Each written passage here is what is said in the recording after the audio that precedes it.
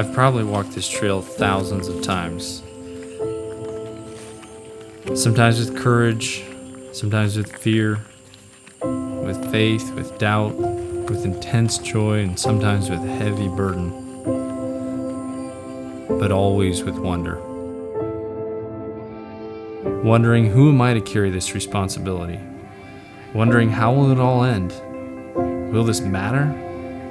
Will it last? This is where our house stood. This is where we lived for 9 years. I watched my son grow up right here on this ground. There's nothing left now, at least nothing physical. But what does remain is everlasting.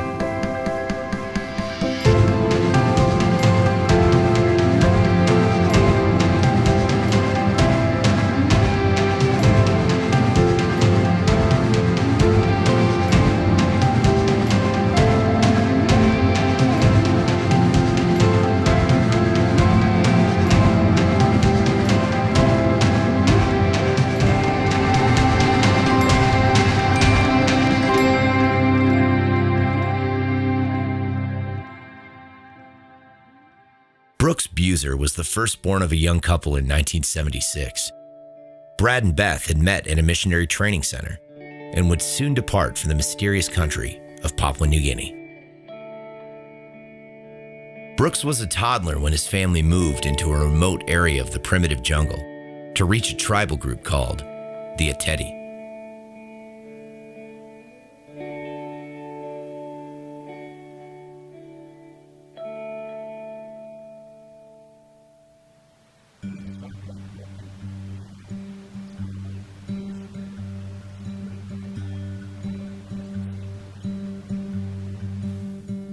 At an early age, Brooks balanced life between two worlds. Spending childhood days exploring uncharted jungle with his native friends, and being flown away to the mission boarding school for months at a time.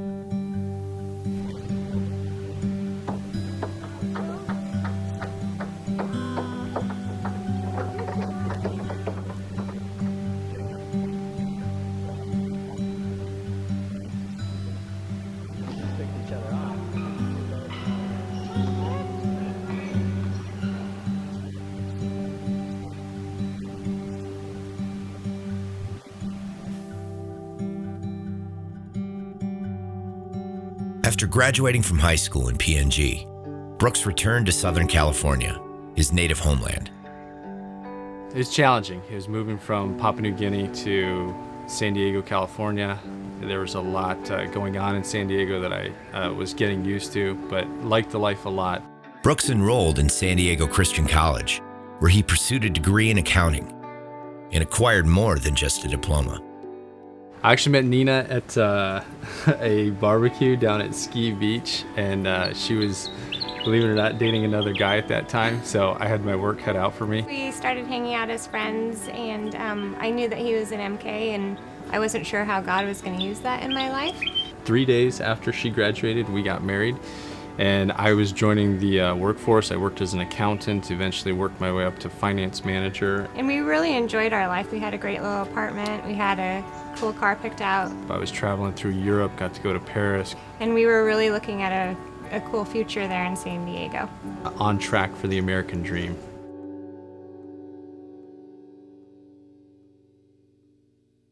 But their hearts were stirred when they traveled back to PNG to visit Brooks' family, still working in the Ateti tribe.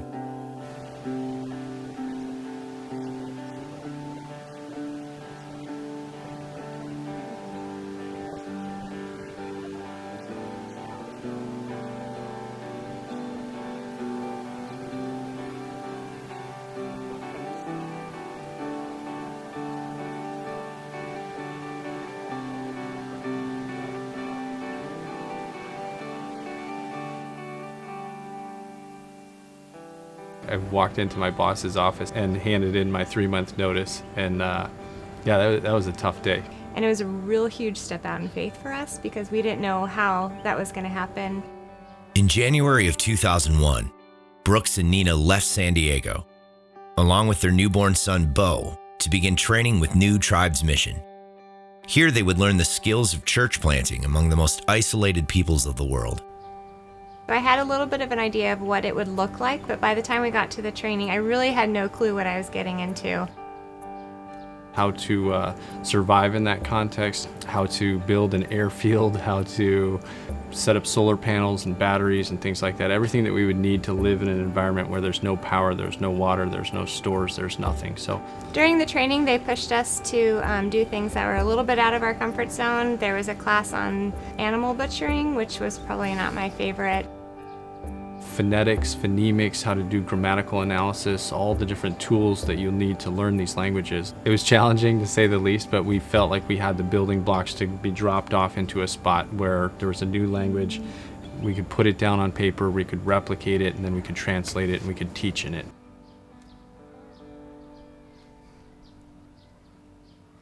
With the training completed, they began developing partnerships with churches that would provide the physical and spiritual support to sustain them overseas.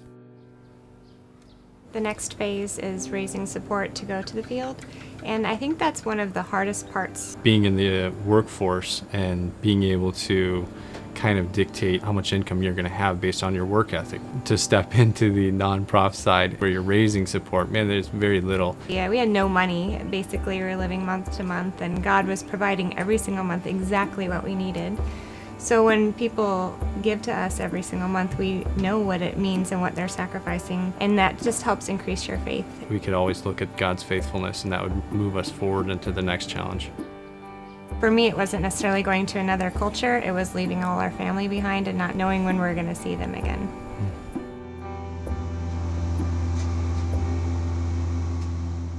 In the fall of 2003, the Buser family boarded the plane for Papua New Guinea. Third world life was about to become a reality.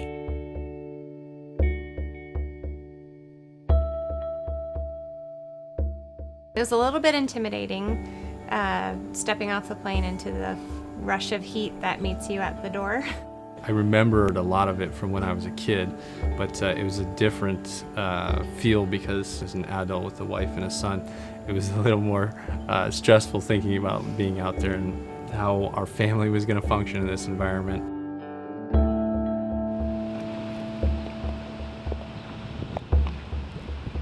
The coastal town of Wewak is the mission's regional headquarters and their temporary home as they adjust to the culture and learn the national trade language. When we came over, we go through about 3 months of orientation in a local city before we actually start looking at tribes to go into, and so just got up to speed on what had changed since the last 10 years since I'd been gone. Once acclimated, they began researching which tribal area was the most strategic for effective church planting through a process of surveys by land, air, and water.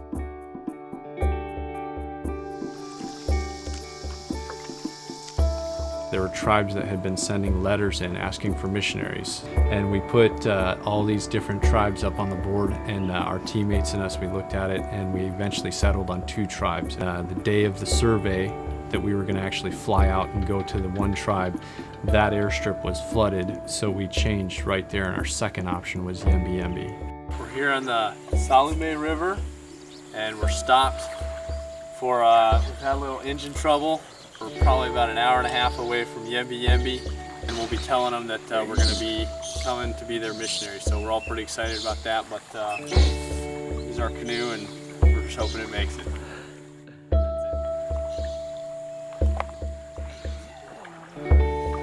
How many hours have we going, Schroeder? That'll be 11 and a half.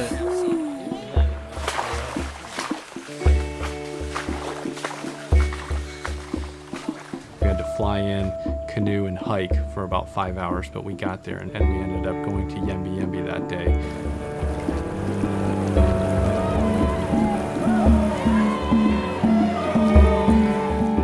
The tribal people were excited to have them and made the official invitation with a cultural ceremony.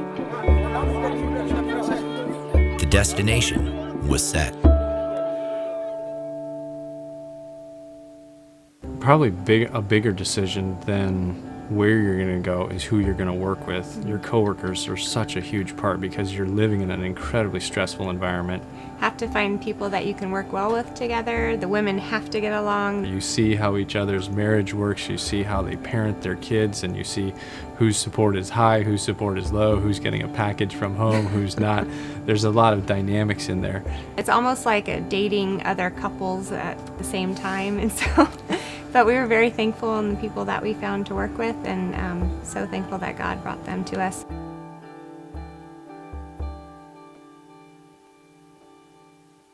With partners Tony and Tara Sutton and Tim and Courtney Chanterre, they assembled materials and supplies for the permanent move into the jungle village.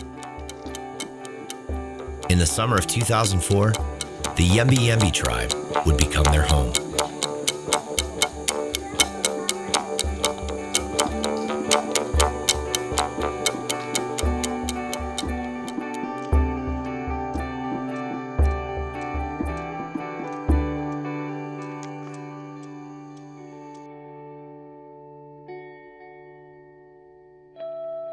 So we moved in 2004 and we started building our houses. It was livable, but it was basically just a box with screen wire and no stove, no nothing. We had solar panels and batteries. That's how we got power for our laptops, and a little two-way radio to communicate with our base.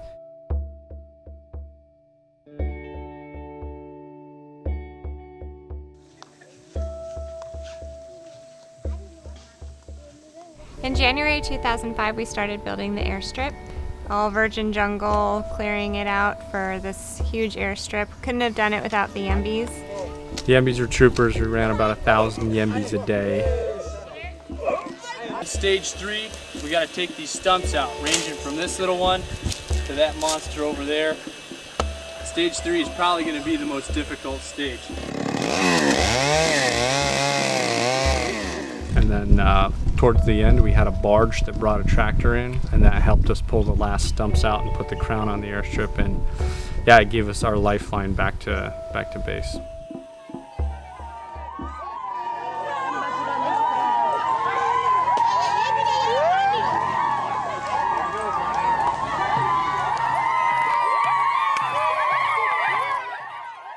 Having overcome the major physical obstacles, it was time for the team to begin assimilating into the Yembe way of life. We started into language and culture acquisition. We try and learn language and culture simultaneously because you can't take one away from the other, but that process took us about a year. It was a lot of late nights, a lot of hunting, a lot of being out on the trail, a lot of just jungle living with the people.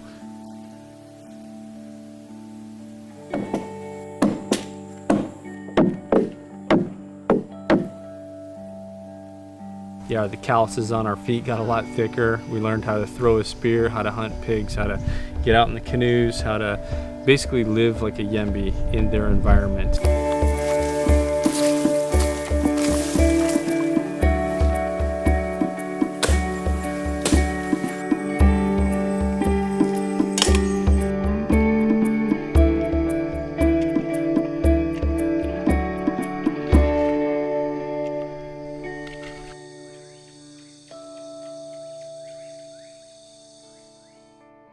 One of the biggest challenges we went through when we were in the middle of culture and language acquisition was losing our coworkers. Sometimes people do have to leave, and whether it's for health reasons or family reasons, it's definitely one of the hardest things, is to lose a coworker who you've worked really hard with and you love dearly. Losing the Suttons increases the two couples' dependence on each other, their supporters at home, and mostly on God for the perseverance to reveal His love to the Yembes. It's a team effort, it really is, but those times can be hard. And Tim and Courtney were with us, and Tim dove in with both feet. He still has the standing record for fastest culture and language acquisition in the field of Papua New Guinea.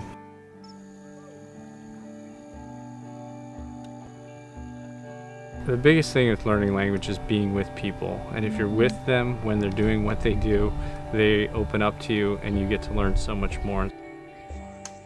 Some people would come up every day for a little Band-Aid, but I think it was more just to hang out and talk. So that was a really neat way to get to know them too. You're learning the language and you're learning the culture, and you're seeing these things that are really handicapping these people. Women in pregnancy not being allowed to eat certain things, men that were not allowed to hunt when they were mourning for somebody else because they were scared the spirit would come after them at night.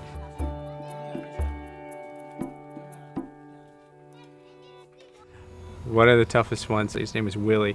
He was dying, and we actually got our team together, and we decided that we didn't know the language and culture well enough, but we had to do something. I was furthest along at that point, and so I was sent over to try and communicate with him in my botched, horrible language skills that I had at that point. It was very difficult because Willie was fading very quickly, and I went over and we gave it our best shot. We hope and we pray that Willie understood enough. He was still able to squeeze my hand when he understood some parts of it, but again, we just weren't up to speed in the language. Death is a visceral reminder of the urgency of their work. And finally, after achieving fluency in the language and culture, they can begin to effectively communicate the message. Before we got to the teaching, we started literacy. One of the things that we really wanted them to do was whatever we taught them, they needed to see it for themselves. They needed to read it for themselves and understand it. We had to come up with an alphabet because it had never been written before, so we wrote out an alphabet that they could understand, attached the sounds to the symbols, walked them through literacy, and literacy really was the gateway to the teaching because it built up our credibility that what we said we were going to do, we actually did, that the things that were on paper, that they could actually read the paper, and the paper, they would say the paper talks back to them.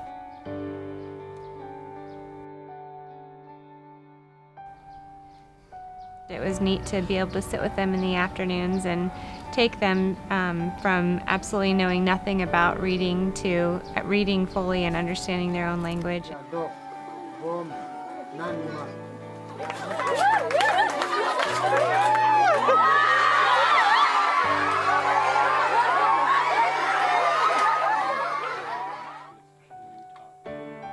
In January of 2008, we started the Adam to Christ teaching, the creation to Christ teaching is really an effective method for getting an animistic people group all the way through and helping them understand those Old Testament principles.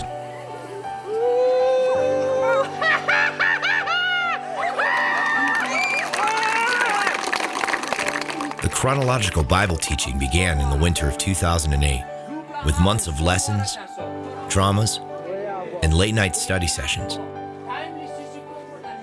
It was building the foundation for the greatest story ever told.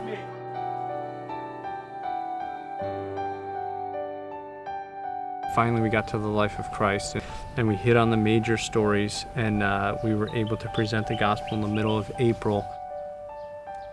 The day of the teaching, I'll never forget for as long as I live. And we saw a rainstorm off in the distance, and we were scared to death that this storm was going to come through, and half of our audience sat outside the teaching house. So we knew that we'd lose half our audience, and we saw this rainstorm coming, and it kept coming, and we were teaching, and we got to the death, we got to the burial, and right about the resurrection, the rainstorm came, but I'll never forget it. The rainstorm split, and half of it was on this side, half of it was on this side, but the actual teaching house, we didn't, nobody there got wet, and even the Yembis were looking around going, this is kind of weird. So it was just a neat thing that God did. And at that point, we believe we had about 50, 60 people that understood on that day what Christ had done for them, and the Yembi Church was born.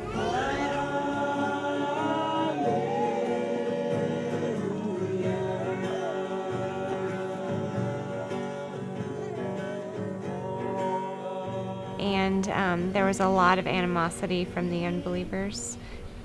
Brooks's life got threatened a few times. Our house got threatened to be burned down a few times. There's a few spears being thrown, and yet we saw God's word go forth, and it drew the believers together who were believers at that time.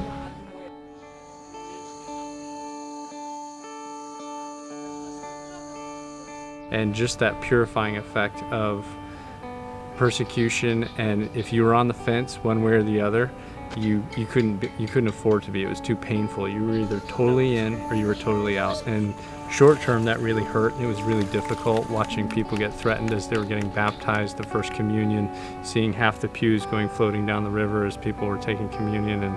But in the end, in the long run, it was the best thing for the church. It was just great because it forced them to choose which side they were going to be on. Displa! Them go finish. Displa! He got way up. He got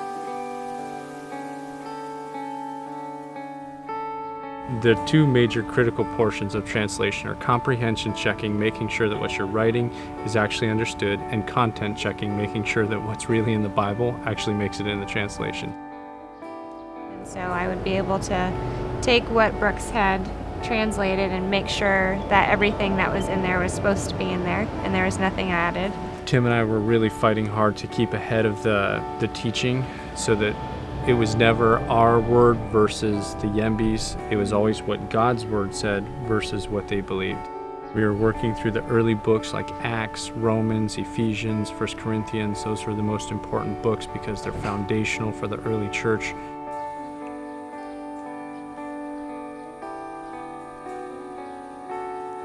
Getting those books translated, it took a lot of time. We were up as early as possible, 4:30 in the morning, working till at least 6 o'clock at night. Seeing books finished was really exciting. I remember one of the funnest times is when we got to the halfway point, when we'd actually translated half the New Testament, and we handed this book out, instantaneously accepted by the Yembis. They started reading it. We had a guy that actually claimed he read through it in about 2 weeks. And we couldn't imagine what it would be like when we actually could hand them the full New Testament and they would have the whole thing. We don't go in with the intention of living there forever and ever. We go in there to work ourselves out of a job. So whether in the beginning you're hammering nails in a house, you don't just do it all yourself. You give your friend a hammer and they help with you.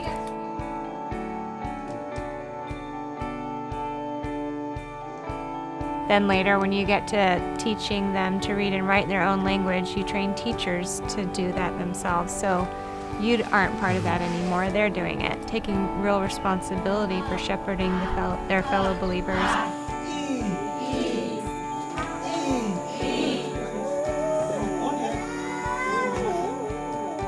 Working the Yembis into the role of being the full-time teachers, the elders, the disciplers, while we're discipling them at the same time, but putting our energy into the translation because that would be the lasting tool that they would need to carry on into the future, and because we wanted to leave a church that could stand on its own. It wasn't just about translation, it wasn't about literacy, it wasn't about medical, it wasn't about airstrips, it was about seeing a church left behind. After 9 years, the moment has come. The missionaries have phased out of the tribe, leaving a church body with trained pastors for a new generation. The last step is providing them with a Bible in their native tongue. This occasion is honored by a dedication that brings hundreds of native believers, neighboring missionaries, and even supporters from back home. It's a celebration of heavenly proportions. I wanna hear the music play. I wanna hear the trumpet sound. I wanna hear you call my name and watch my feet lift off the ground. I'll be run, oh, and I won't quit chasing your heart, just like David did. I'll come running through the gates, look into your face, oh, I can hardly wait until you carry my soul away.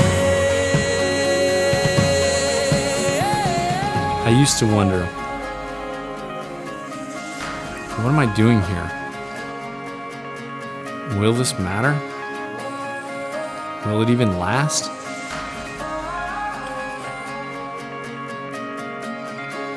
Now I just stand and wonder. How did God take us, a few regular people, to this remote village in the middle of the jungle, to plant the seed of His Word and watch it grow. Watch it transform and see the dead brought to life and hear a new people proclaim God's glory in their own language.